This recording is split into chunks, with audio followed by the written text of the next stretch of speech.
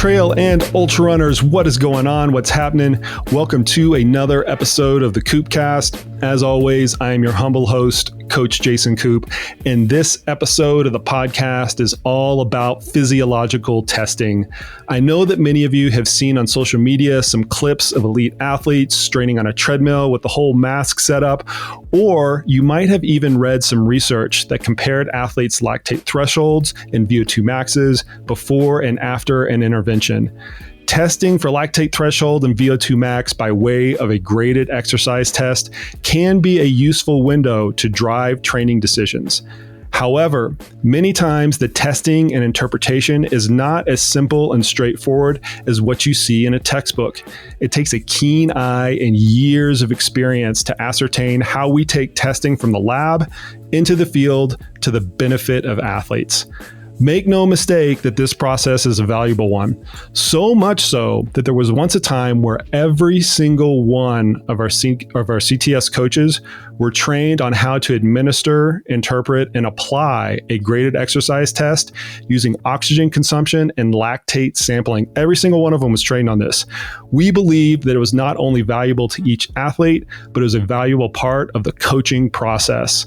So enter into the field Renee Eastman, who is the head of our physiology lab at CTS. Renee has been working with athletes since 1996 when she was a sports science consultant for USA Cycling in advance of the Atlanta Olympics.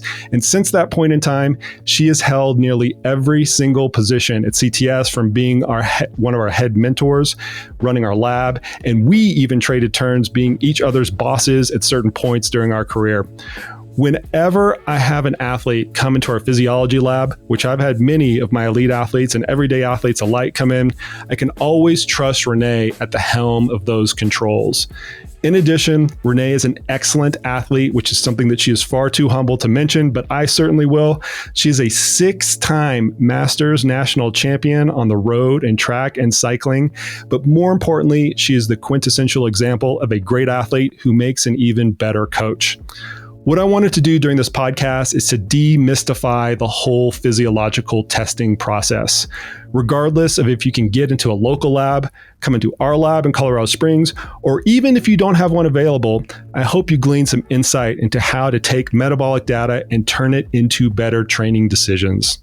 All right, with that out of the way, we're going to get right into it. Here's my conversation with Coach Renee Eastman. Thanks for coming by the house. You're welcome. It's not like it's that far of a trek for you, but I always appreciate it. Oh, yeah. It's easier this way. I always appreciate recording in person versus having to do it over Zoom or whatever. Yeah. I did one this morning with somebody who's in Spain, and the lag is actually kind of tangible. Sure. But anyway, neither here nor there. So we're going to talk about testing. Yes. We're talking a little bit off air about this is the time of year for testing, because everybody wants to recalibrate everything. New year, new you. I want to set my zones up. I just got into, like XYZ race. And we're going to go through all of it. But I think to kind of set the stage a little bit, we probably have somewhat of a naive audience in terms of what physiological testing actually is. And in order to set that context properly, we kind of need to know why people are coming into the lab in the first place. What's the value proposition that they're initially seeking? And then from that, we can go through the protocol and the whys and all those other things. So when people are coming in, Renee, what do they want? I think most people are naive. Even the people who come in to test, they're naive to what the test can tell them. But the two things that most often our runners want. Yeah. What's my VO2 max? What's my LT1? Hasn't changed in 20 years. Right. Cyclists a little bit more savvy. They're, a little bit more FTP oriented and things like that. But those are the things that people want to know to help establish where their training ranges are. And specifically the most recent people I'm getting, they all want to know where their aerobic training zone is. Put in CTS terms, their aerobic endurance zone 2. Yeah, well, Zone 2 has been taken off. It's hot right now. It seems like every time you turn around, somebody's talking about Zone 2, and it's for good reason. I mean, it's a cornerstone of endurance development. It's not the end-all, be-all of everything, especially for an endurance athlete. But I can definitely see like you having to pick up a lot of that just because it is in the popular literature and across podcasts and Twitter and things like that pretty much weekly. Absolutely.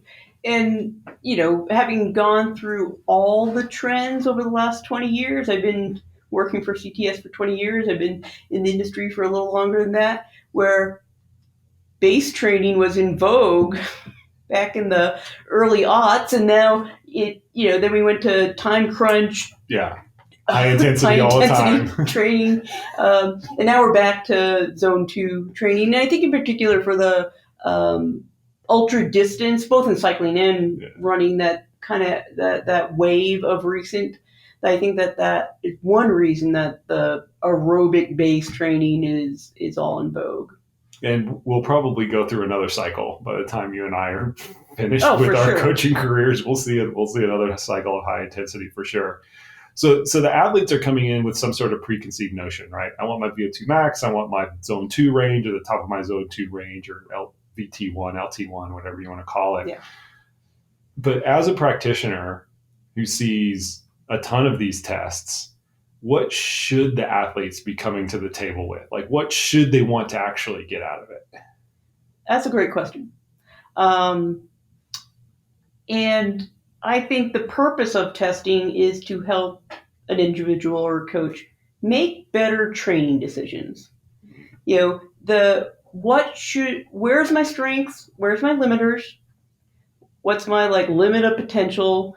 And kind of a follow-up, am I doing what I think I'm doing in training? I think that latter part is probably one of the most important parts, is because a lot of people think they're doing, let's say, aerobic base and getting better mitochondrial efficiency and better ability to run on fat as a fuel source and all those kind of things. And they may or may not be. Yeah. And the testing that we do can bring out that data. Number one, what we get is what's the limit of their performance. That's VO2 max. The upper limit of their, VO2 max or aerobic capacity. Then back in our olden days, all we were identifying is what we would call LT2 now, commonly referred to lactate threshold, or in the cycling world, FTP. They're all kind of about the same thing, that break point of splitting it between aerobic and anaerobic. And over the last few years, what we've further identified is the aerobic threshold, or LT1, that first inflection point of the threshold. But back to what do we get? Upper limit of performance, threshold. What percent of that maximum capacity can I sustain?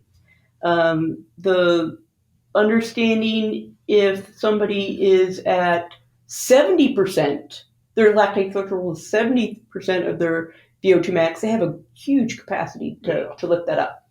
If somebody comes in and their threshold is 92% of their maximum, then they're kind of limited more by their VO2 max.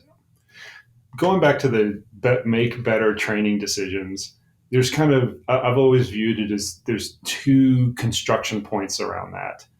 The first one is just how you mentioned, what is the athlete coming to the table with initially? What physiological traits or genetic traits or combination of those two is the athlete currently presenting as, and how can we more effectively design both long and short-term training architecture to either accentuate their strengths or cover up their weaknesses, whatever the goal within the framework of the event actually is. That's the first part.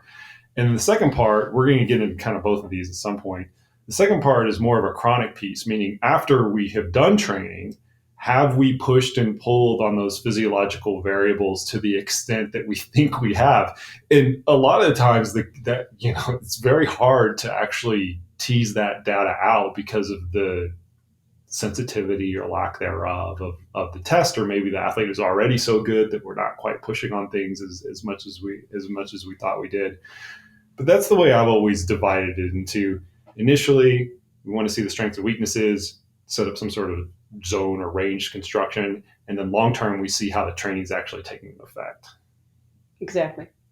So before we get into too much of that, let's set up a test. Like, just as you were to describe it, as you've done hundreds of times, to an athlete coming in the lab, they've never experienced a test before. What is an athlete going to experience when they go through some sort of physiological test, and more specifically, the ones that we do? Right. So I'll describe lactate threshold VO2 max test. Yeah. It's a graded exercise test, and that indicates that we start easy and get progressively harder. And the time durations that we use currently, I'm using 4-minute stages where they get on the running test. We start at a relatively slow speed and increase 0.3 miles an hour, or about 40 seconds on the per minute on the mile, faster. And we are measuring, and this is actually, I should back up for a second. In our running test, the LT and VO2 max tests are separated into 2 separate portions of one test. We do the lactate threshold portion first, and then we do the VO2 max. So I'm describing the lactate threshold portion, that are the long 3 to 4 minute stages that get progressively harder. And what I'm measuring in that test is heart rate. I'm measuring oxygen consumption, so they have a mask on, and we're measuring what they're breathing out, because we know what the oxygen content of the air is, and we're measuring the carbon dioxide and oxygen content of what they're breathing out, so we understand what they're extracting. The lactate part of the test is I'm actually measuring with a finger prick blood sample their blood lactate values, and I take it at the end of every stage. And on that first, progressive part of the test, that's the long portion of the test. Ideally, it's taking 25, 30 minutes, sometimes a little bit more. I don't want the test to take 10 minutes because it's not long enough to establish a nice baseline. It's too aggressive. And I don't want the test to take 50 minutes because then fatigue becomes an issue. So one of the key elements is picking the start speed of that. And we can go into that sometime, but picking it at a pace that is maybe in somebody's active recovery, zone 1 or bottom of zone 2, light, a jog, if you will. And how would you determine that? Just training data, race data, combination of the athlete's feeling of where they should start, warm up stuff. Like we've kind of been through this before, but I think like the listeners would get a kick out of how we try to figure that out. I think that's probably one of the things the institutional knowledge that I've gotten over doing however many hundreds of tests on our athlete population. If I get a road runner, they know their paces. Yeah. I'd be like, what's your 10K running pace? And they're like, 45 minutes and 32 seconds. And then I can back up from there and pick great start speed because they are dialed in on their paces. That is not the case for most people, especially ultra runners. Yeah. Nobody's paying attention to pace. Right. So I watch them in their warm-up. I am observing what I give them a 10-minute warm-up. It's self-paced, and I give them an instruction to like a light jog or light warm-up. That I don't want them doing like a pre-race warm-up where they're doing like openers, because I actually don't want them to spike their lactate too high. And during their warm-up, I'll take a baseline lactate. And if their baseline lactate is high, which high would be like 3, I'll be like, ooh, that's too fast. Because baseline lactate should be 1.5-ish around. On the scale of what lactate levels are, 1 to 2 is really low. At rest, you and I sitting here are probably, I don't know, 0.8. Yeah. You know, we always have some. Yeah. And then high is like 4. Like most people are breaking at their threshold around 4 and like hitting max in the teens, maybe. Yeah. You know, maybe the best sprinters in the world are hitting low 20s. Yeah. You know, so that's the scale. Like 1 is easy, 4 is hard. So it's a just to put it in perspective for people. So if their lactate levels are up in their warm up, I go, ooh, we need to back off. And I've had several tests where I guess wrong. And how I know I guess wrong is that first stage their lactates are like, oh shit.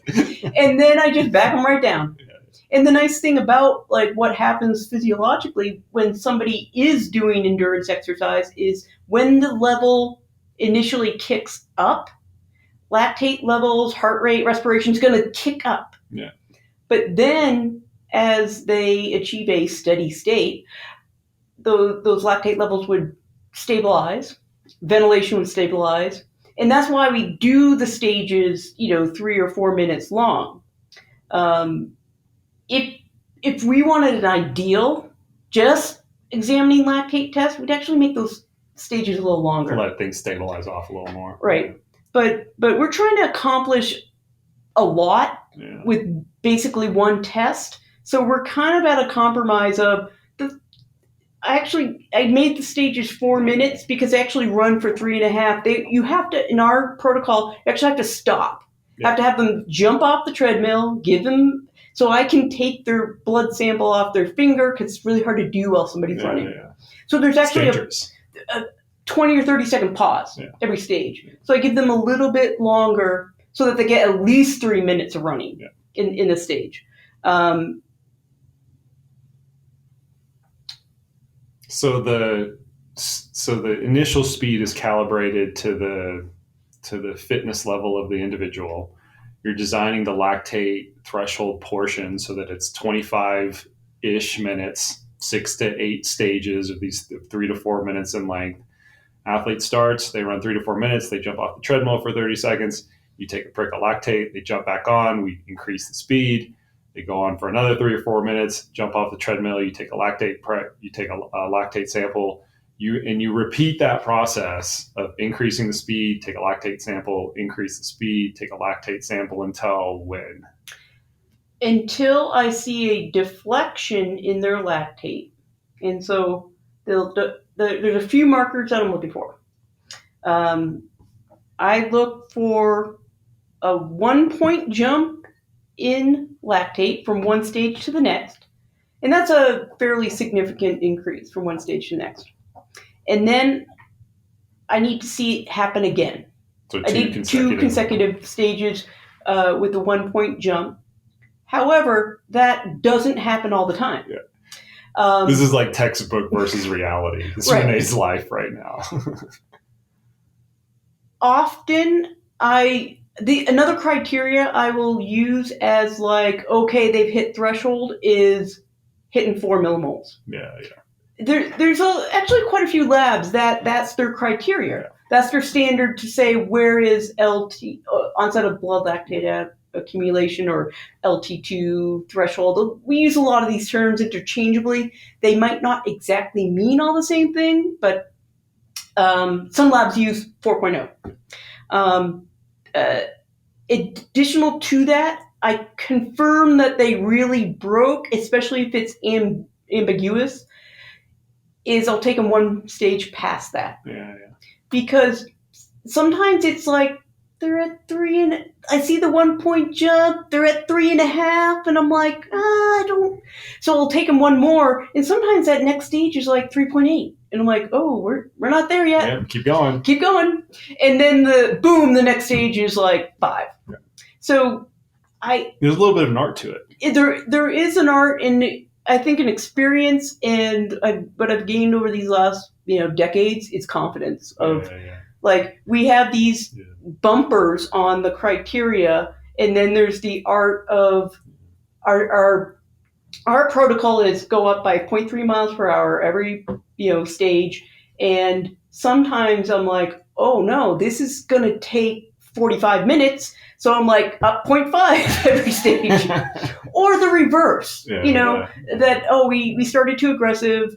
We're going to hold at a smaller jump in speed.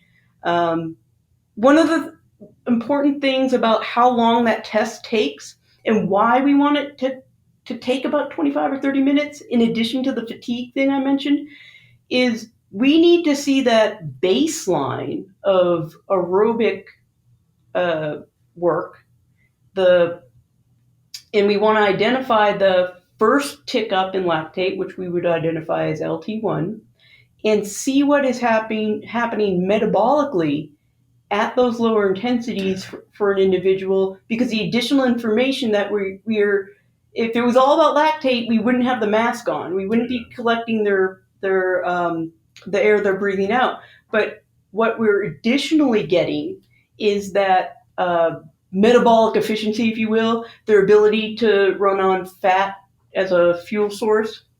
So the value that we're looking at is called respiratory exchange ratio. It's the ratio of carbon dioxide to oxygen. So if the number is at 0.7, we know they're burning all fat. That's us right now. Might be at 0.75. If they're at 0.85, we know they're about 50-50. Yeah. If they're at 0.9 or higher, it's majority carbohydrate. So there are some trends where, if you're below your LT1 or in your zone 2, you should be burning mostly fat. That's actually not true. It's highly individual. Yeah. And if we want to go on a tirade of what those parameters are for the individuality of the metabolic efficiency, if you will, there's a lot. Training status, nutritional status. If they popped a gel right before they got on the treadmill. If they popped a gel right before they got on. Yeah. We do that. We see that all the time. Yeah. And then that's, once again, part of the art. You have to calibrate that into it. It's like, okay, this guy had pancakes for breakfast, so this is what we should expect. One instruction I give people is not to eat 2 to 3 hours beforehand. Stabilize it off a little bit. Right. Yeah. I also want them to eat 2 or 3 hours beforehand. I don't want somebody to come in fasted. Yeah. If they come in fasted, it's going to skew that efficiency to more fat. And if they are popped a gel right before they got on, it's going to be like 100% carbohydrate. It's going to be like it's what's readily available. Yeah. So if it's at 2 or 3 hours, it's enough for their food to be mostly digested, their blood sugars to have stabilized, and then to be more in a you-fed state. Yeah.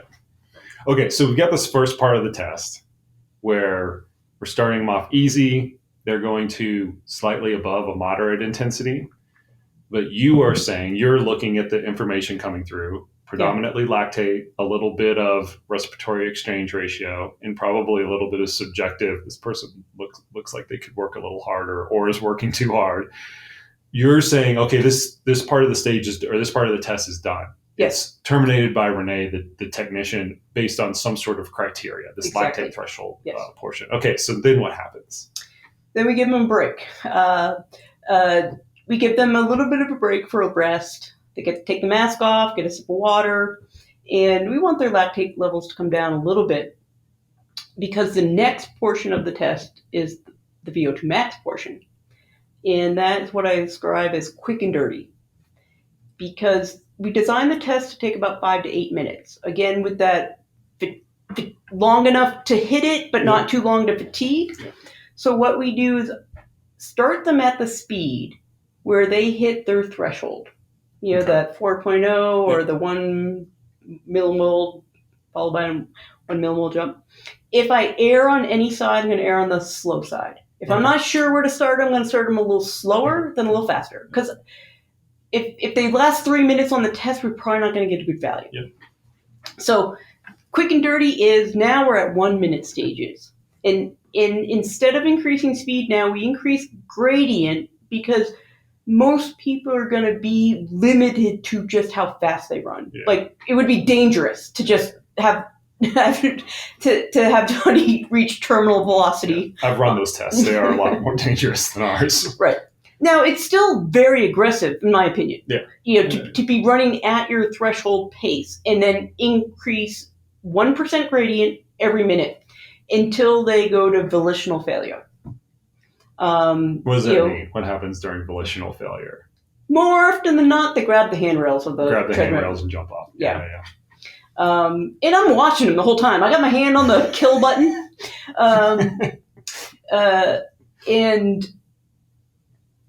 And it's, as a tester who's done hundreds, I can tell. Yeah. There have been very few people who fooled me. Because, back to the RER, when RER is at 1.0, 100% carbohydrate, and it is possible to see an RER of above 1, and that indicates somebody is hyperventilating. And I know when somebody hits 1, they're close. Yeah. And most people at their, volitional fatigue, at their peak, let's call it peak VO2, 1.345 in there. The guy who fooled me got to like 1.10. And I was like, he was a former Division I soccer player. No, it was highly athletic. Highly athletic in a sport that demanded high anaerobic capacity. So, an interesting, side note on there, I've seen some people, I'm going to pick on the ultra runners. Yeah, do it. Who hit their peak VO2 with an RER under 1. Yeah. And I see that too often. Yeah. And that, to me, can indicate a couple of different things. Number one, it indicates to me they might just be glycogen depleted, and they just can't dig that deep. We see that a lot with the fasted training studies where people come into a test fasted. They'll typically undershoot their maximum RER just because of that lack of glycogen availability. Yeah. That's my biggest suspicion of why that person didn't. There's a little bit of maybe they just never gone there. They sometimes a fear factor of falling off the trail. Yeah. Or the treadmill, sorry. Yeah, exactly. I think that's probably a smaller factor in there. And, obviously somebody who just doesn't have any top end. Yeah. Never trains above zone 2. Sure. Yeah. So that's the max is determined by the client, is however far they can go. Mm-hmm. And we'll call it peak VO2 because it's the highest they hit on the day. And is it true peak max VO2? You're parsing words here pretty well, Renee. Well, do we want to discuss how we're doing our test at 6,000 feet elevation? That's true. That's another caveat. So peak VO2 is what we're getting on the second part of it. Volitional failure. Yes. Athlete jumps off the treadmill. Hopefully we see their highest VO2 number, but it's quick and dirty and hard. Yes. And, every once in a while I actually see that peak VO2 happen in the first part of the test. Yeah. And that goes to the art of it. And, when I take somebody that second, the first stage past their threshold, some people go boom, and they from their threshold to going a little harder than that just maxes them out. Explosion. Yeah. And other people can go a couple of stages past that because maybe their threshold is very low to their maximum. Mm-hmm. So let's get into that. So we described the two kind of components of the test that we run. Let's get into some prototypes of what you see and how we would interpret those to an athlete and what might be the meaningful takeaways. But before we do that, I want to pause a little bit. Ours isn't the only test in the game. Oh gosh, no. There's a lot of them, from a dozen, maybe. Yeah. At least. Sure.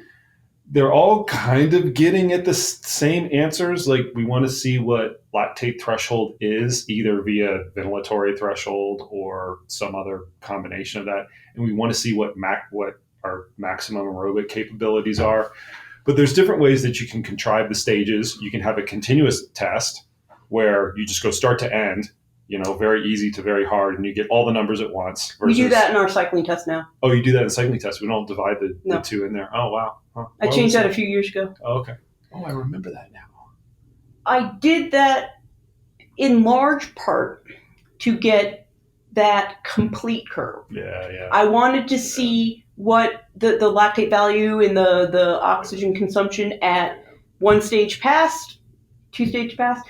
And after doing, so many tests after so many years, the difference between in cycling tests, we use 3-minute protocols. The difference in peak VO2 between the progressive 3-minute protocol and the stop at threshold and then do the short test, minuscule. Within a couple of points, and not making a significant difference to the peak VO2 outcome are certainly not the training information. Yeah, there you go. The information that we're getting from that, it was more simple, straightforward, and I like the more complete data of the whole profile there. I would consider that for the running too, but I think we'd have to use a different protocol, speaking of different protocols, that didn't just go terminal faster velocity. Yeah. That I was just going to mention that. That's the trickiest issue with doing a continuous graded exercise test on the running side, is that if all you're using is speed, eventually speed becomes the limiter, and you don't want that to happen. So then you have to introduce grade, and then you have to make this decision point in real time in terms of when are you going to switch from speed to grade. I've seen labs that set that whole thing out in advance of the test, like based on how you would do it, athletes coming in with a 35-minute 10K PR. So we're going to start them at this speed, and then this is going to be the speed grade inflection point right here. But in my observation, at least, which is limited in that test, admittedly, the flexibility of the practitioner to change that based on what they're seeing becomes much more limited, because once you start, it's just kind of like you got to just kind of run the protocol at that point. Exactly. The consistency of the protocol is important, because if you're always changing the variables, then you're like, what am I getting? Yeah. And our test procedures originated from what they're using at the USOC lab. Yeah. And that lab is testing a very specific athlete group. Right. They're only getting elite athletes. They're getting the best of the best. And, a running protocol is very geared towards that, like, fast road runner. Yeah, the jumps are hard. Yeah. 40 seconds a mile is a big jump.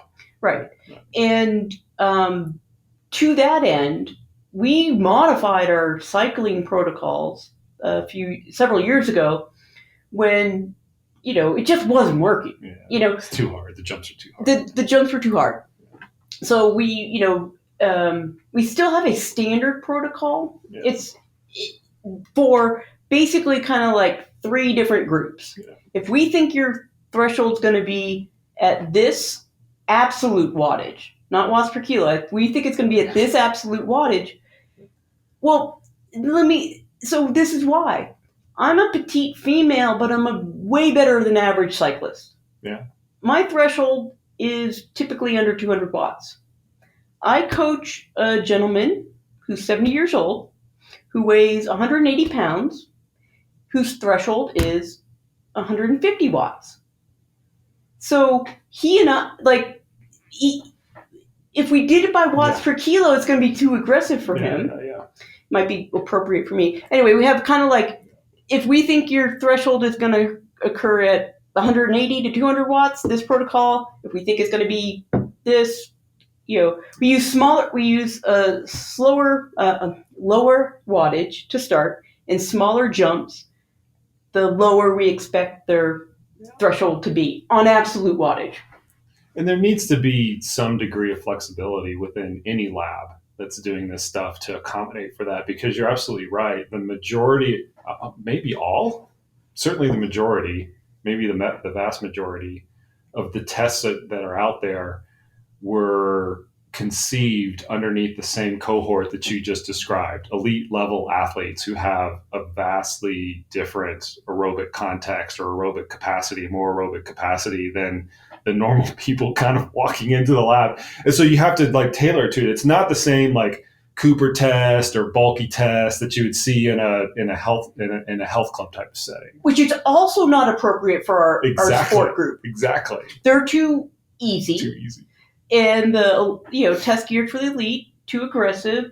And even in our lab, and the athletes I've tested in the CTS lab are like everybody from, I'm trying to think of what professional cyclists I've recently tested, but plenty of professional cyclists, plenty of above average age group athletes, and then, most recently, a couple of people over 65. Yeah. And I would classify as, more sedentary.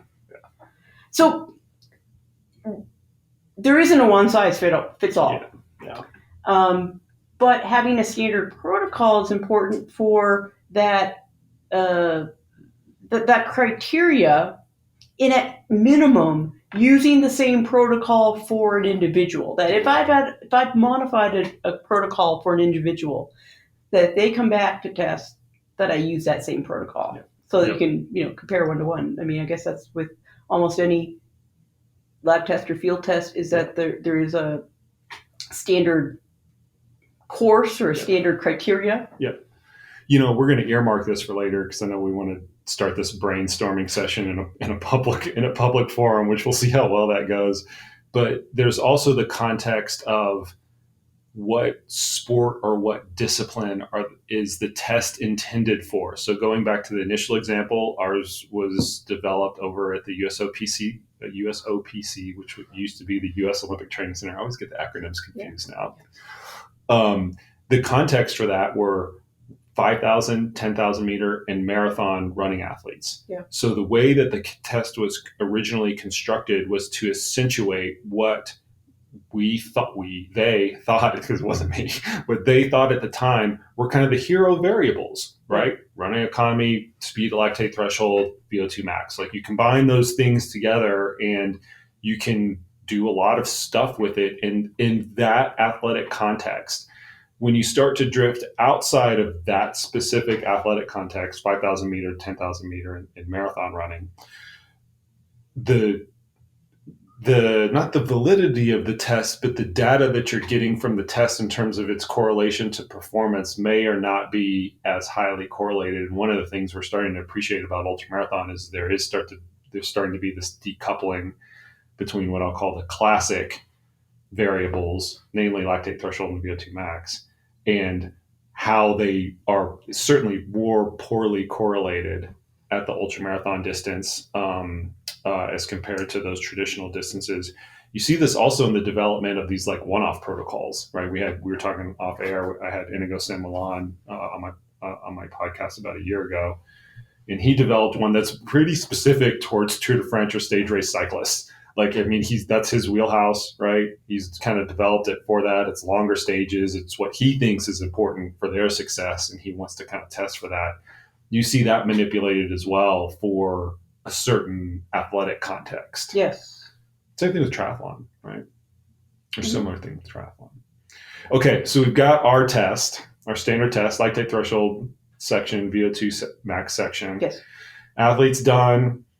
They may or may not puke because the test is really hard. We have some pukers every once in a while.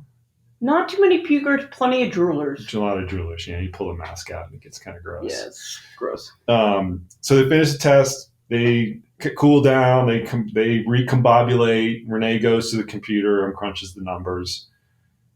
Take us through the interpretation. Like, what are the things that you are predominantly looking at? I know you've got some graphs and things like that you want to shuffle through here.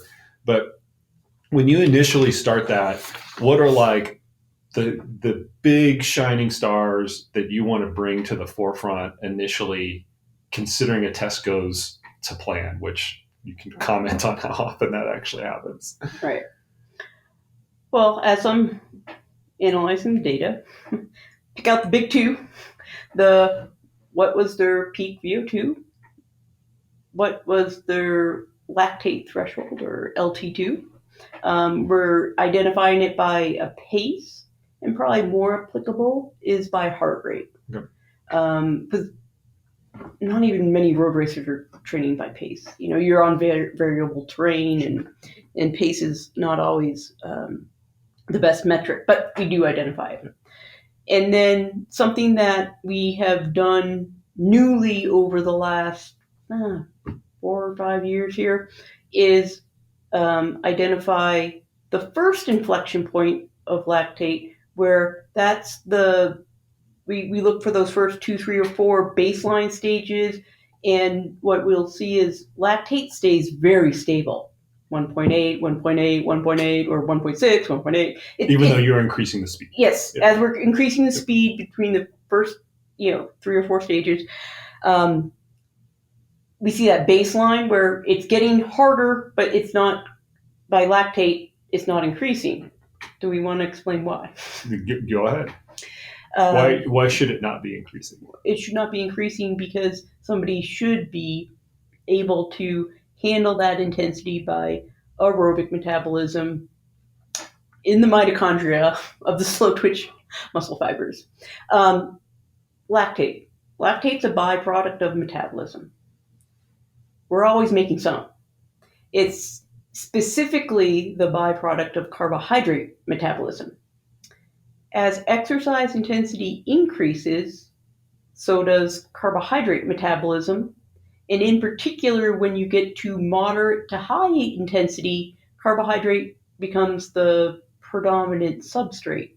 And when somebody gets to that moderate or high intensity is when we see lactate levels go from baseline to a little higher. And when they're using virtually all carbohydrate is when we see that final breakpoint threshold, the point above which they're making lactate at such a fast rate they can't get rid of it as fast as we make it.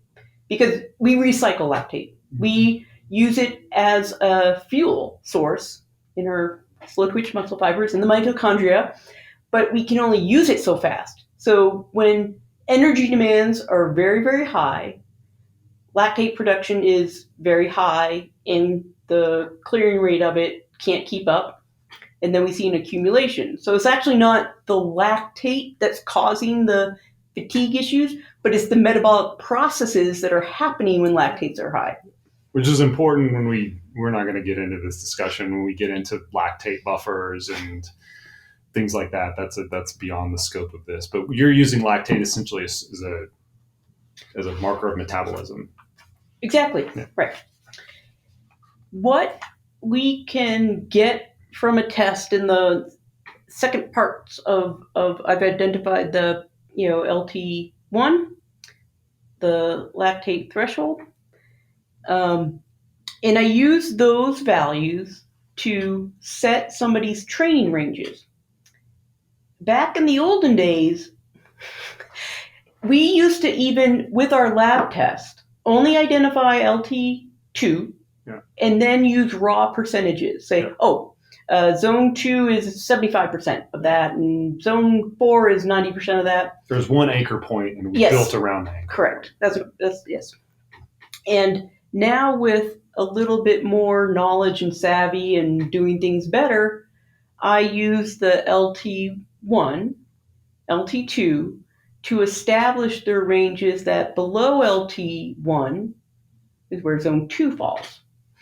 And then between LT1 and that final break LT2 is where zone 3 exists, or tempo in cycling.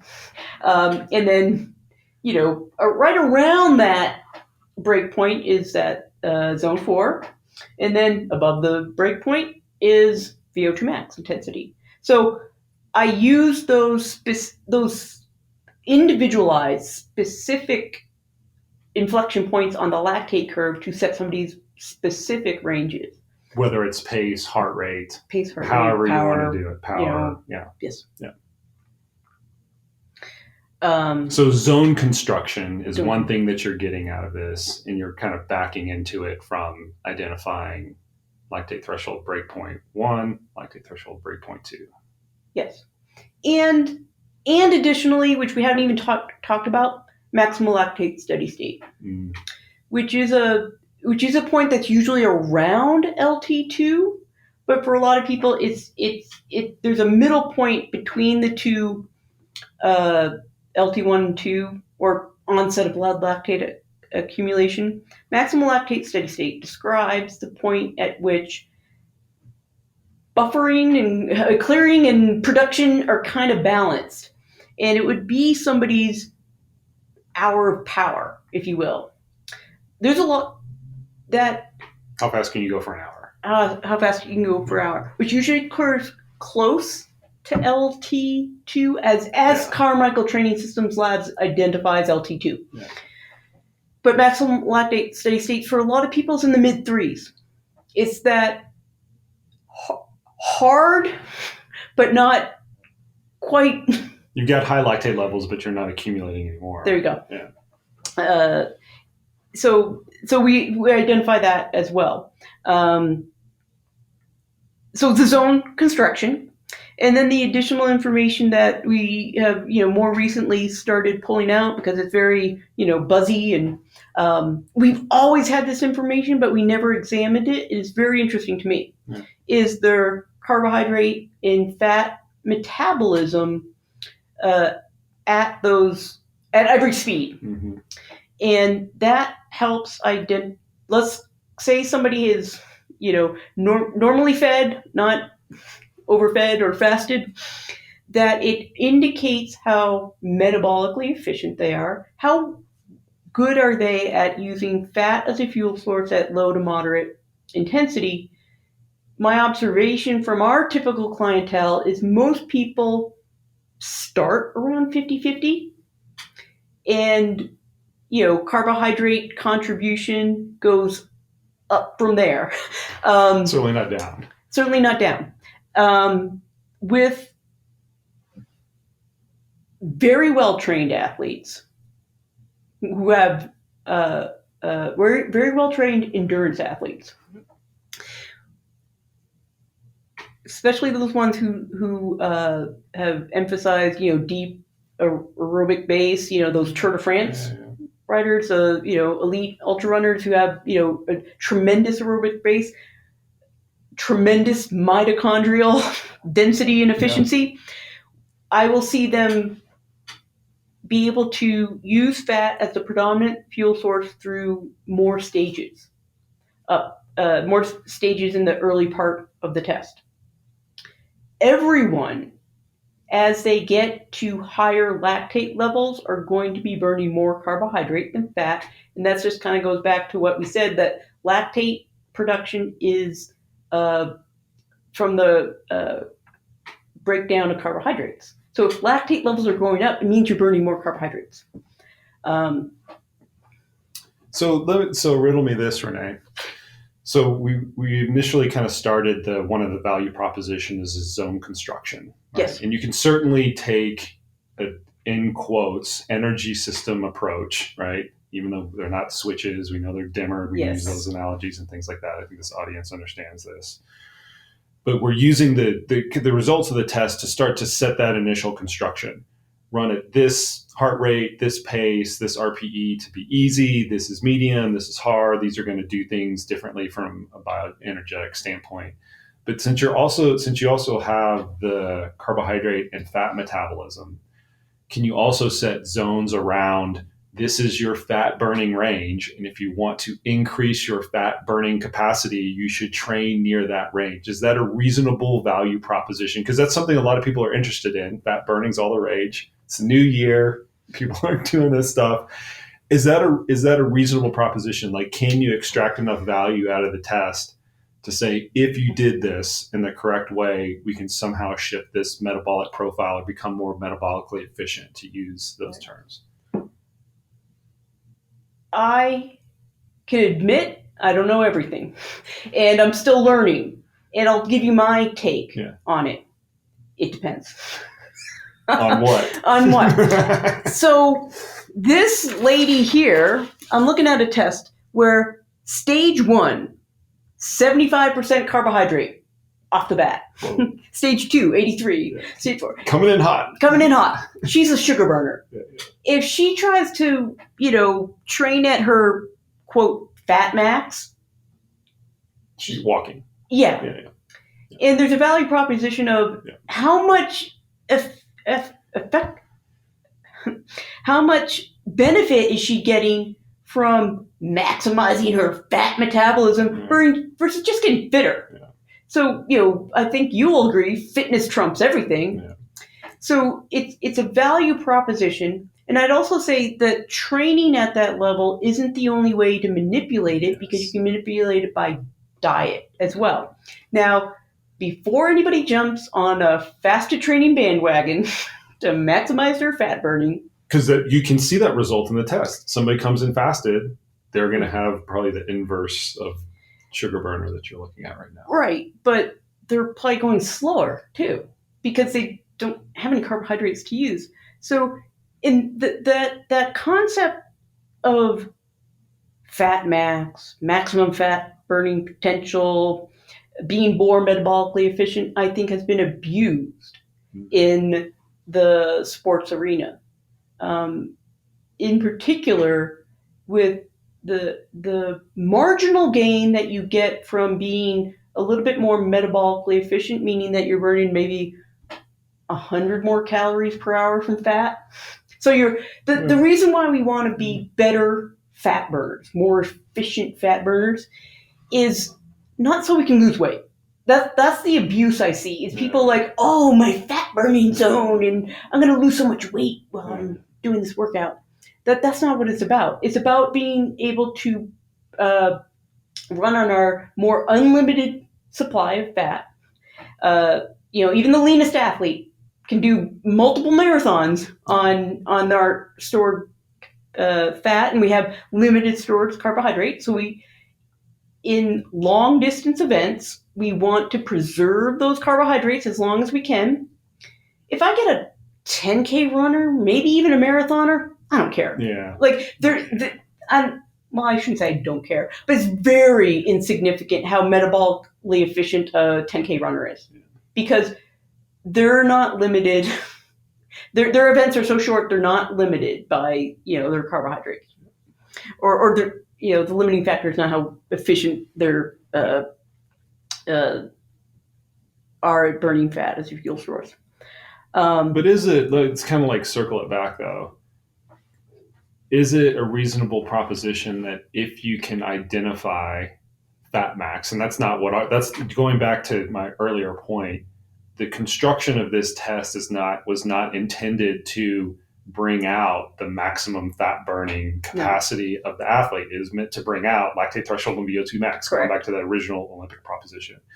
But we do have those numbers, and there are tests out there that are more specifically designed to get at a fat burning curve. Yes. Is it a reasonable proposition to say, okay, now that we've identified this, instead of using a zone-based construction, we're just going to train around just essentially the biochemistry of things, right? How much you are burning fat in order to accentuate that potential property. Is that a reasonable proposition, or does fitness just kind of like trump everything else? Tough question, because you can push and pull on the metabolics of things, right?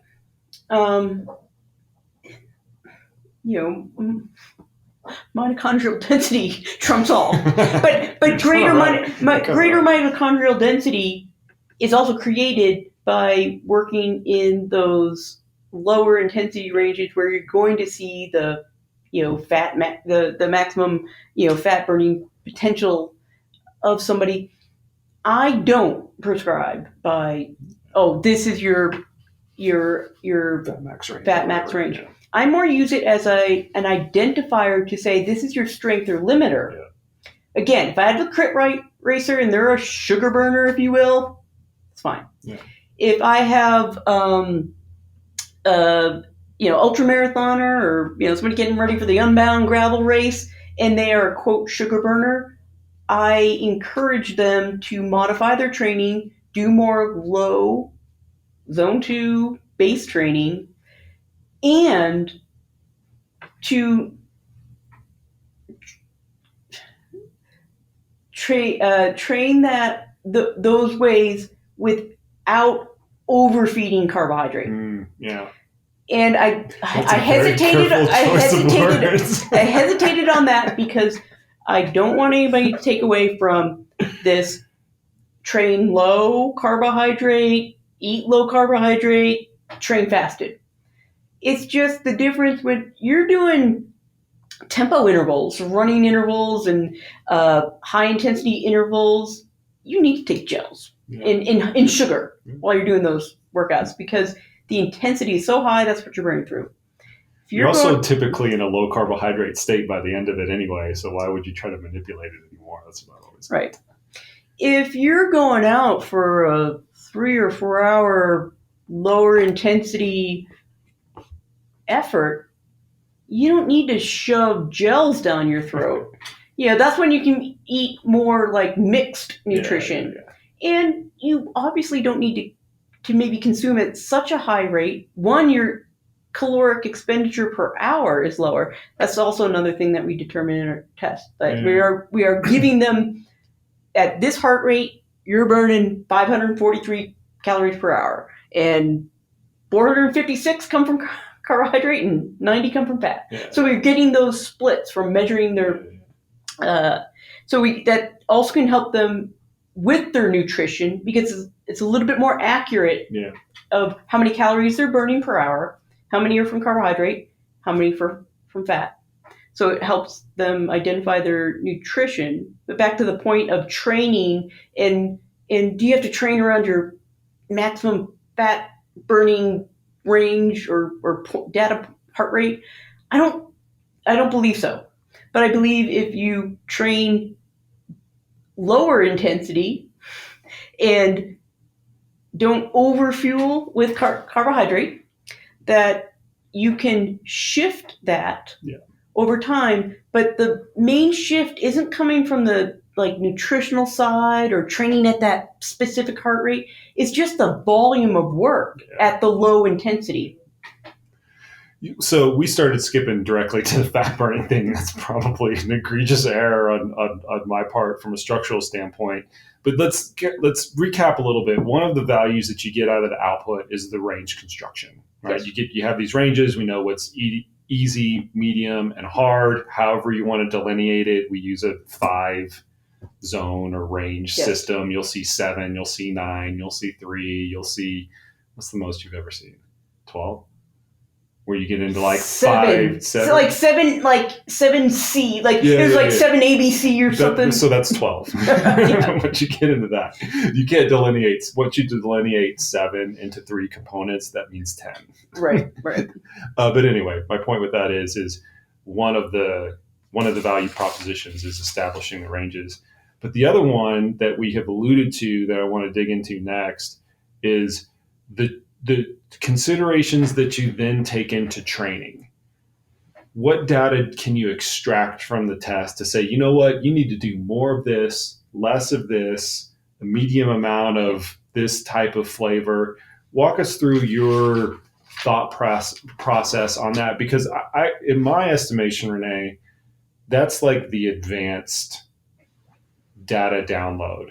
Those are the really good practitioners that have done it for many years, that have seen kind of the profiles that start to show themselves across many different athletes, and then they can kind of combine it with what they're doing and all this other stuff. Where do you start with that? Because that's a big whole rabbit's wormhole of stuff. So you and I got caught up in the buzzy talk. Yeah, exactly. And we get down the rabbit hole of fat max and burning, and it's such a marginal gain. Our friend Clayton Feldman, he likes to say minimal gain. Sure. And we're after maximal gain, identifying where's my upper limit to where is my sustainable threshold. That's a maximal gain. Where's my potential? Yeah. So I'm glad that you brought us back to what matters and what I don't believe any athlete has ever come to me with, or of the question they're trying to discover, is shape of their curve. Yep. How does that lactate progress? We talked about it starts low in a baseline and then it pops 1 millimole. That is a textbook normal curve, if you will. Normal, maybe not average. Maybe not average. Where, after that, that first tick up of lactate usually is about a point jump. Yeah. And then after that, maybe another point jump till we get to that second threshold. That's pretty classic. Yeah.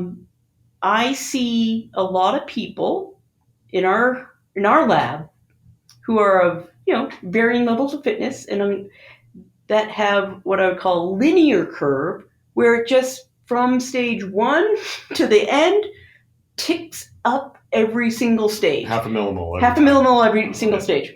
What do those athletes do? Take 2 weeks off and quit. No.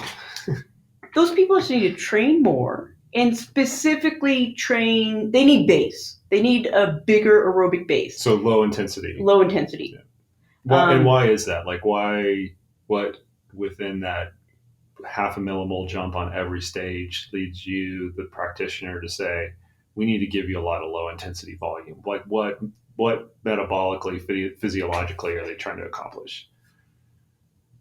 Greater mitochondrial density of their their slow twitch muscle fibers, that they can be more aerobically efficient. And the most effective way to do that is training at low intensity. Yeah. So that's one profile. Yes. The slow tick up. Oh my gosh, you've got 4 of them written down on your sheet. What's the next one? I knew you were going to come to the table with those. Another one is, the other one is what we call steep curve. Mm-hmm. Low, boom. Boom. Yeah. That's what we see in really well-conditioned athletes or Tour de France athletes, is that they have very low lactate production and they can go for a long, long time before their lactate spikes. But when it does, it spikes high. So that indicates that they are tremendously aerobically efficient. They have great capacity of their slow twitch fibers to produce energy. But then, because it can also spike high, they have shown that they have like a high VO2 max. They can have a great glycolytic capacity to do those higher intensities, and they're finishing at 10 millimoles. Yeah. The sister to that, or ugly cousin to that, is the low, and then just a small bump up at the end. So there's not a big increase in lactate. Not a big increase in lactate. A flat curve, if you will. Yeah. So they at first they appear really well conditioned, but then at max they're hitting 4, 5, 6 millimoles. Yeah, this is ultrarunner 101. Ultrarunner 101. And this is also that person that might potentially be glycogen depleted. Yeah, they just can't go. Or certainly has no top end, so it appears good, but the evidence that comes at the end is bad. So that person probably needs to eat more carbohydrate. It also needs to do some intervals, do some hard intervals. Like, let's go 1 minute, 2 minute, hard you can go. Let's put some oomph into it. Yeah. This so what Renee is describing, I actually described in the first edition of my book, not the second edition. So this athlete who I'm gonna out right now would not mind me because it's already kind of been out. But when we brought Tim Olson into our lab, he had that profile, and that was it was a very easy response. You just need to do more high intensity work. That's your biggest opportunity to gain right now. You've done all the low intensity stuff. It's very clear from the bioenergetics of what's going on, very clear from the lactate profile that you could continue to do low intensity work till the cows come home, and it may make a little bit more of a difference, right? Total volume matters and all that stuff. But if you want the lowest hanging fruit, to use a nutrition analogy, let's just do some high intensity work first and get a little bit of separation. Right. That's because that's a clear, like, red flag limiter. Yeah, exactly. Clear limiter. Yep. One more. It's not on my little chart, but I've got an example here. Like basically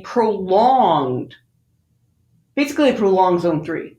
Their lactate does have that nice baseline in the jump from baseline to maybe a point or two up. But then they have maybe 2 or even 3 stages where they're just like at 3.5 millimoles. Kind of a prolonged, moderately high level of lactate. Often those people kind of don't always have the best top end either. Mm-hmm. But that I see probably more in cycling than any other sport because they just love tempo training. Yeah. So tempo, people like tempo because it's just hard enough that it feels like you're doing something. And that, I know you're going to ask me about sensations, but that sensation of, oh, I feel it now, but it's not too hard. That's tempo. That's what's occurring when your lactates are at, 2, 3, 3.5 millimoles. But it's not so hard that people become adverse to it. Right. But there is value to it. Yeah. But it's not helping move the LT1 to a faster speed or greater wattage. And it's also not moving the actual threshold point out. Yeah. So, like I said, there's value to it because it is, for a lot of athletes doing 2 to 3 hour races, it's their race pace. Yeah, totally. So we've got these two kind of like basic value propositions, right? The zone construction and then identifying something that's going on within the test that's going to drive the training process, immediately leaving the test in a lot of cases. Like you have information now, I want to do this, and I'm going to go and do that tomorrow based on strengths and weaknesses, kind of however you want to mention it. Let's talk a little bit about the value of coming back. Yeah. Because for many athletes, they want to satiate, what's my VO2 max number? Yeah. Like I want to know that. What's my fat max number? Like whatever kind of like buzzword word it is. But can you describe how those fundamental value propositions change for an athlete that can come back and test again? And what sort of frequency would you like to see that at? Yeah, it's a really good question. It's not terribly frequently used. Mm-hmm. I would say our most common is one and done. How common? It's like 80%, 90%, 95%? 80, yeah. That's it. 90. I think that's the athlete who is self-coached. Sure. Honestly, they're like, "What's my threshold?" Because they believe it's a permanent state, or "What's my VO2 max?" It's a permanent state. Yeah. By heart rate, it actually doesn't really. It's not very volatile by heart rate. VO2 max is trainable, but trainable by 5%, maybe 10%. But you're not using that all much in the training, right? At all, maybe. Right. It's a bragging right to say, "Oh, I came back and I'm this many points higher," or you can boost your VO2 max by losing 10 pounds too. So yeah, totally. The value proposition is answering the question: is my training working? Am I doing what I think I was doing in my training? Back to the has their substrate utilization changed at that lower, zone 2 below LT1 pace? Mm-hmm. Have they moved their curve to the right? That indicates that they're going at a faster pace before all the break points happen. And have they either moved their LT closer to their max or expanded their max? And there is a little bit of push and pull. That if immediately today we increased your VO2 max but didn't train your threshold, you beat at a lower percent, theoretically. Yeah. So I think it helps answers, am I on the right track? And what should I do next? That, time course for testing in a perfect world, more perfect, I might suggest that somebody comes in and tests. They could come and test before they start training, like after they're like off season. Yeah. That would be great, but I'd actually think it's more important to come in before they start their more specific training. That identification of LT1 and am I doing my base training easy enough? I think that's easy enough for people to figure out without coming in to do a test. So I'd rather see them come after that, or base training before they get into more, maybe they could answer the question at the end of their base phase.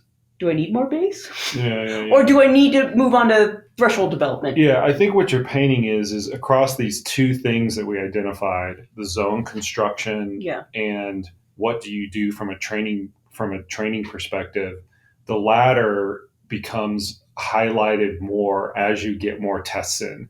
Yeah. Because the zone construction is going to change, right? Especially with athletes who have really big like peaks and valleys. Yeah. We all know those people, they get really unfit and they get really fit and they get really unfit. And testing isn't the only way to calibrate those ranges, right? Yeah. You can always calibrate it with training and field testing and a whole myriad of things that you don't know this. But Adam and I talked about that a couple of days ago.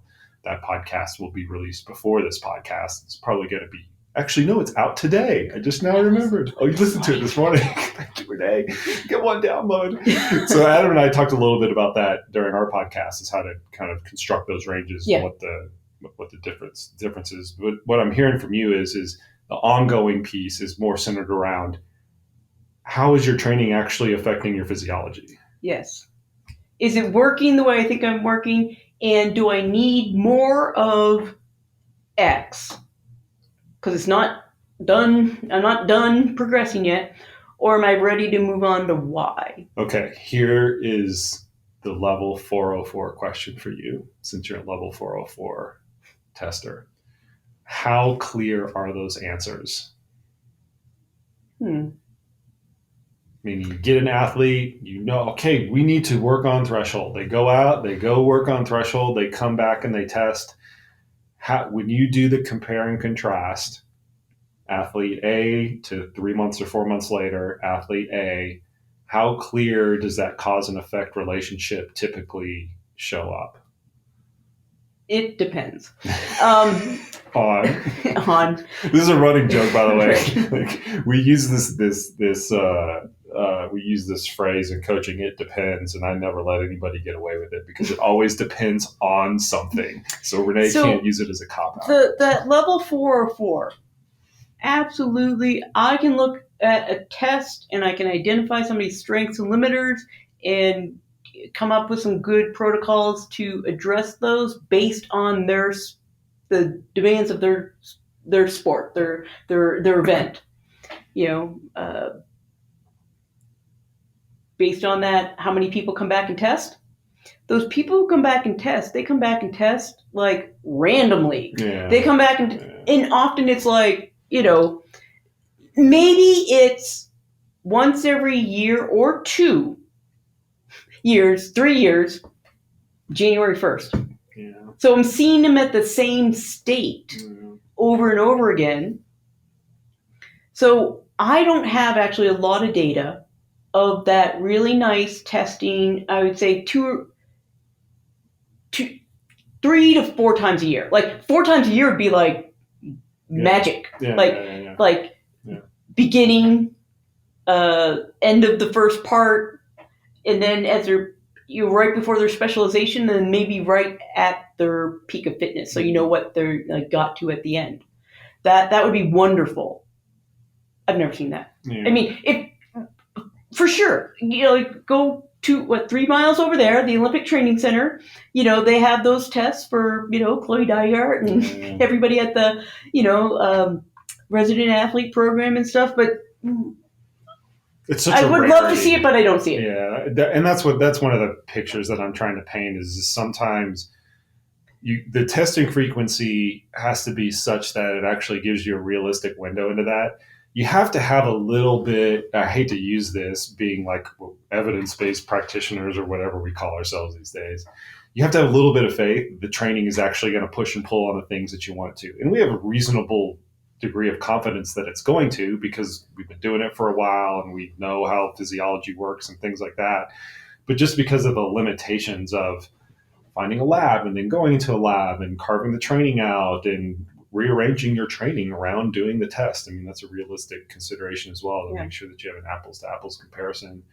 Sometimes these nice picture perfect scenarios that we dream up in our heads to where we can trace a cause and effect don't actually pan out just because of the logistics of it. I would, for anybody out there listening, they're thinking about doing a test, it's absolutely valuable to come in and do it once because you get some insights on you as the athlete, period. There's some characteristics that like genetically people just can't get rid of. If there are obviously things that you can train your limiter and your strengths, but if you have a limiter, it's you have like a natural genetic genetic predisposition towards I have a really high VO2 max or a really high anaerobic capacity, or the opposite, really good at long sustained efforts, if you will. But those insights and the snapshots of who am I as the athlete, where am I, like kind of just the starting point is really valuable in my opinion. If you have the chance to come back, that's wonderful. Yeah. I'd also propose that maybe you don't have to come back and do the full test. I get a lot from just I can test myself. I just from doing a lactate profile. That's half cost and not as invasive. Not as difficult or interruptive with the training process. Right. What I'll also say to that is we kind of presented some like atypical scenarios. Like if you have your little stair step test and you have, really close, your lactate threshold compared to your VO2 max is very, very close. It's 96% or whatever. Yeah. There's also value, and I just recently had this with one of my athletes that came in a lot. If you have a normal profile, that can actually tell you a lot of what to do as well. You don't have to focus on one thing or the other. You can kind of focus on the demands of the event and arrange your training architecture around there. Like there's a lot of value in that because you can kind of tease that out with the training data if you've got good training data with an athlete, but actually having it and saying, yep, this is exactly what we need to do. It breeds a lot of confidence even in the normal circumstance. Yeah, you're right. We did focus a lot on the anomalies, the anomalies and whatnot. But certainly there's a lot of value into you're good. Keep doing what you're doing. Keep doing what you're doing. Yeah, stay out of the way. A lot of coaching is that. Just stay out of the way. Okay, we're going to brainstorm a little bit. But is there anything else we need to go over on the testing side of things before we do? We're going to get into the really theoretical weeds. No, I think we covered it because I'm glad we circled back to the shape of the curves. As it's it goes over most people's heads, unless I'm working with an athlete who's done a lot of testing or has a lot of knowledge, or occasionally I get in contact with an athlete's coach who has some savvy knowledge of that.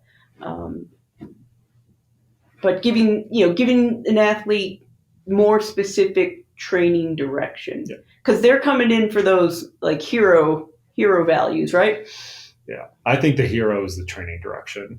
I mean, if any athlete asks me, should I test or not, the answer to that question always falls into how much information do I think I want to direct the training.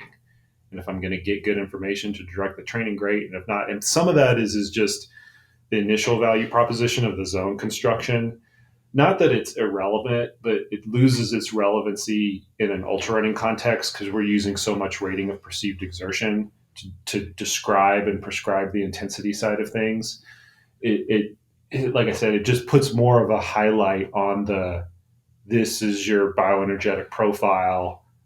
This is how we're going to manipulate it in the future in order to make maximal gains. Exactly. Because if it was only to figure out what's my threshold, you can do that. Go, run up Gold Camp Road as hard as you can. Go do a half marathon as hard as you can. Tell me what your heart rate was. We figure out your, theoretically your pace or whatever. We can backtrack to what your VO2 is on minute per mile, and we also know that it's not, it doesn't affect training parameters. Yeah, right. Your VO2 max is 70. Right. That doesn't affect training at all. Yeah. And I just want to interject in there that you don't have to come in the lab, like we said, but please do not use 220 minus your heart rate to figure out anything. Because I've had several people come into the lab where that's what they were using. Yeah. So you don't have to come in the lab to figure out what your maximal sustainable heart rate is. It's not really relevant what your peak heart rate is. Yeah. It's important what your maximal sustainable heart rate is.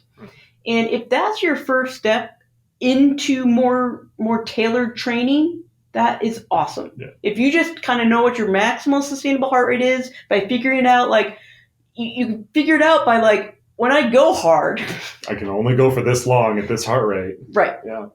And that, in using raw percentages of 75% is zone 2 and 85% is zone 3, that's a wonderful way to start.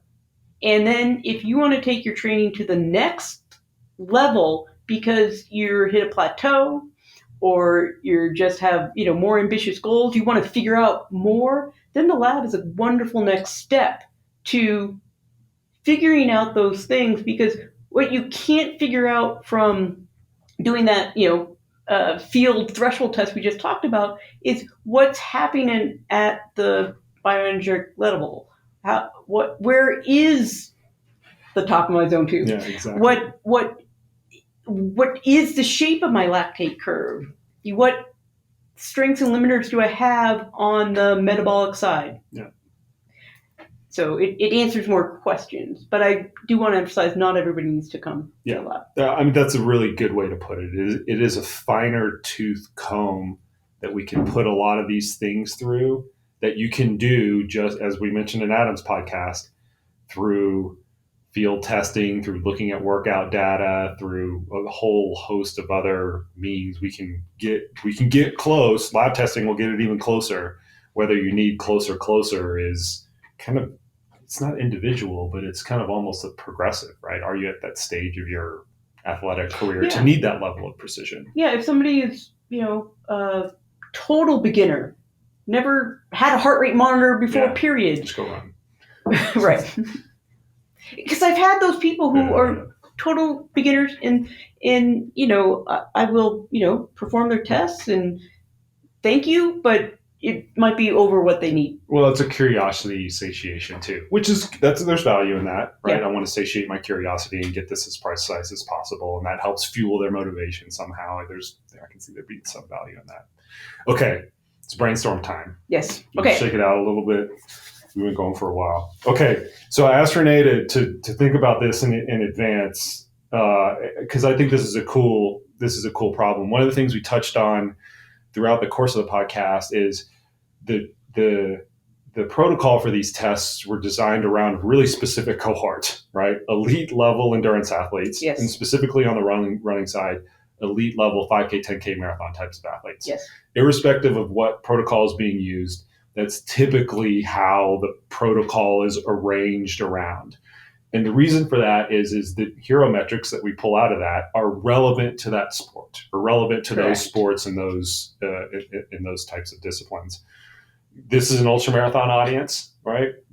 Largely an ultramarathon audience. We'll get some ultra endurance cyclists, Yeah. maybe a few like regular marathon runners, but I want to try to make this somehow kind of like theoretically applicable directly to the audience in a way that kind of gets everybody to think. Knowing what you know about the sport, Renee, and I can come in as well. I know a little bit about the sport too. What would you do differently with the test? Because you already mentioned that you redesigned it a couple of times just based on our evolution and knowledge. Is there anything you would do differently, and you can get as general or specific as you want to on this, with that specific audience, an ultramarathon audience, the duration domain is over 6 hours, up to 24 hours, and maybe longer. What do we need to know about that audience that would change what the tests look like? Probably the biggest factor or change point that I would do is the speed and gradient, in particular on on both tests, but as we were talking about, it is designed for people who run pretty fast.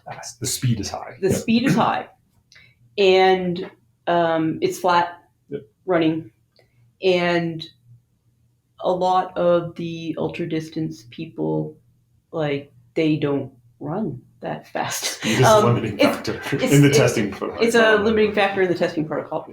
So using, potentially a fast walking speed and utilizing gradient as the increase to the intensity through the lactate portion. That would be like a modified, bulky test. Bulky test. I think that would be more appropriate for many of the ultra runners. And then also, we get some people who are just not as conditioned. So I think it's a better protocol for people who are at a lower fitness level as well. So that would be one change of the protocol. Keeping walking as the mode, though. Walking.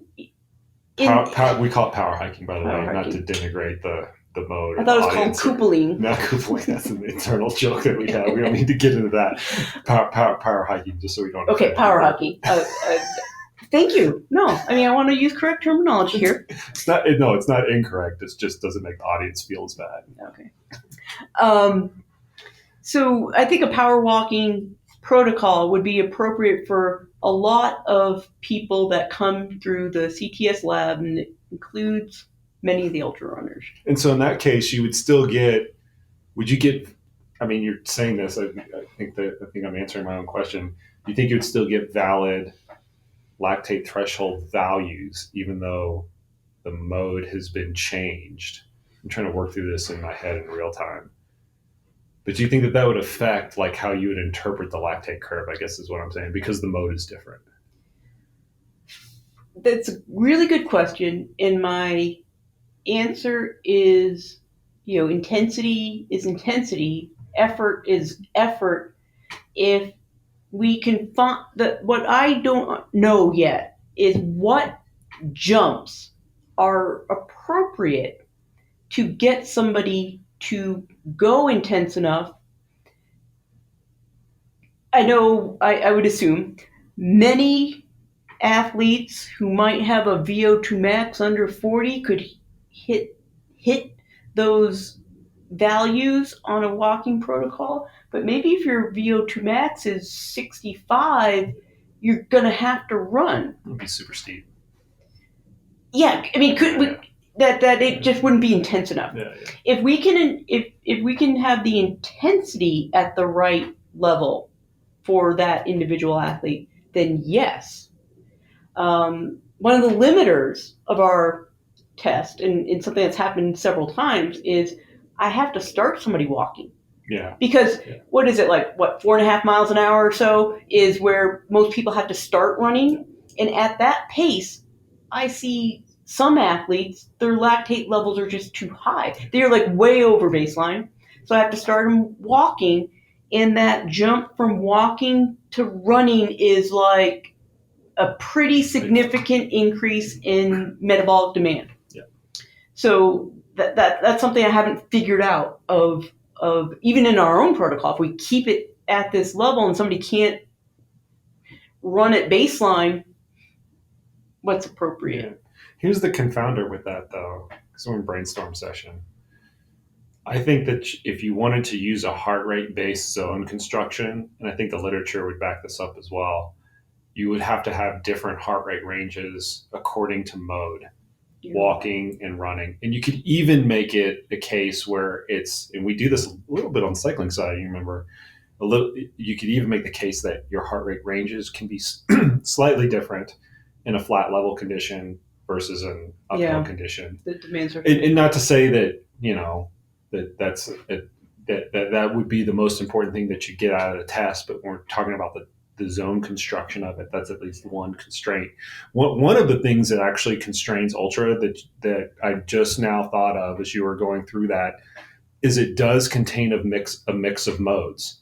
It does contain walking and running. Fundamentally, if you want to consider, and most people would consider those two forms of exercise, two different forms of exercise or two different forms of locomotion. I've always pitched it as 4 different sports: uphill running, downhill running, walking, and walking uphill. But I don't think that that's necessary from a testing standpoint. But I guess my point with that is that if we're looking at trying to make it mode specific in ultra, you have to realize that you have different modes, just like a triathlete, right? You go through a test for a triathlete, you do swim test, bike test, run test, and come up with different power range, pace range, or whatever based on those. As we're brainstorming and thinking about this, and you know better than me that how many people can hit a pace that's above threshold walking, what gradient, what percent gradient's the incline? That's 44%. Yeah. I know most people can hit threshold on the incline. Walking. Walking. Yeah. Everybody.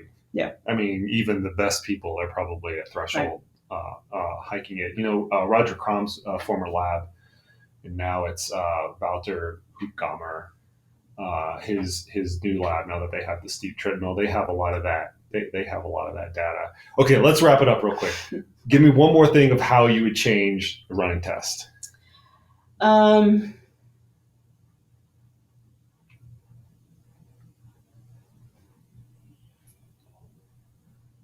We're going to make it slower. We're going to make it steeper. You want to change the stage length? You want to change the total length of the test? You want to draw lactate at 10-minute intervals instead of 4-minute intervals? Or is this just such a weird deal? If we wanted a better lactate test, if that's more of the data that we're examining, is a longer stage protocol, so that we see what happens. Because as the stage goes on, people's lactates could just naturally creep up, or they kind of stabilize and maybe even go down. That makes it a worse test to hit the quote peak or max VO2, but a better. If we just want peak VO2, we just want them on a quick and dirty 8 minutes. Start kind of hard and ramp right up to the top.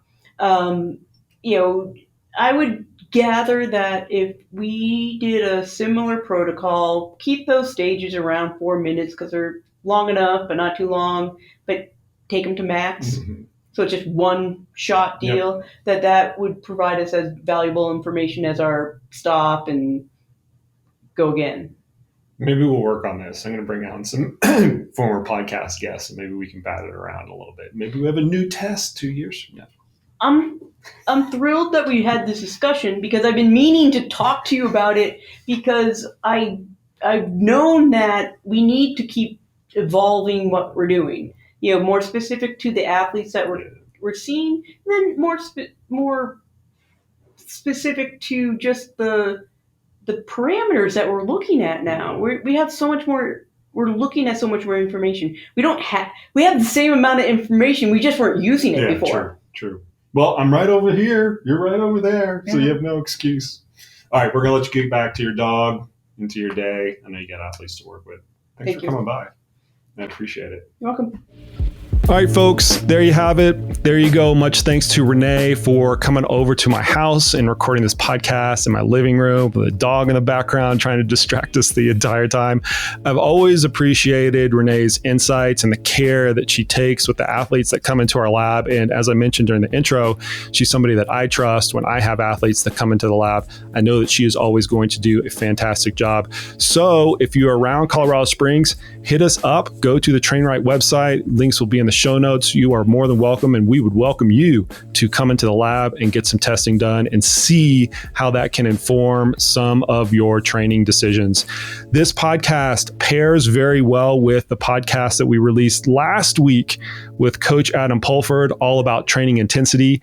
And next week with one of our new coaches, Frederick Sabator Pastor, where we're going to talk about the differences between road athletes and trail athletes with some of his newly released research and what we can glean from that research in order to drive our training decisions. Appreciate the heck out of all the listeners. This podcast is nothing without you. It is brought to you, as always, without sponsors or advertisers of any type, so that we can provide you with the most unbiased, unfiltered information possible. So we appreciate the heck out of you. If you like this podcast, please share it with your friends and your training partners. It means a lot to me, and hopefully it brings some wisdom to them that can help them train better. That is it for today, folks. And as always, we will see you out on the trails.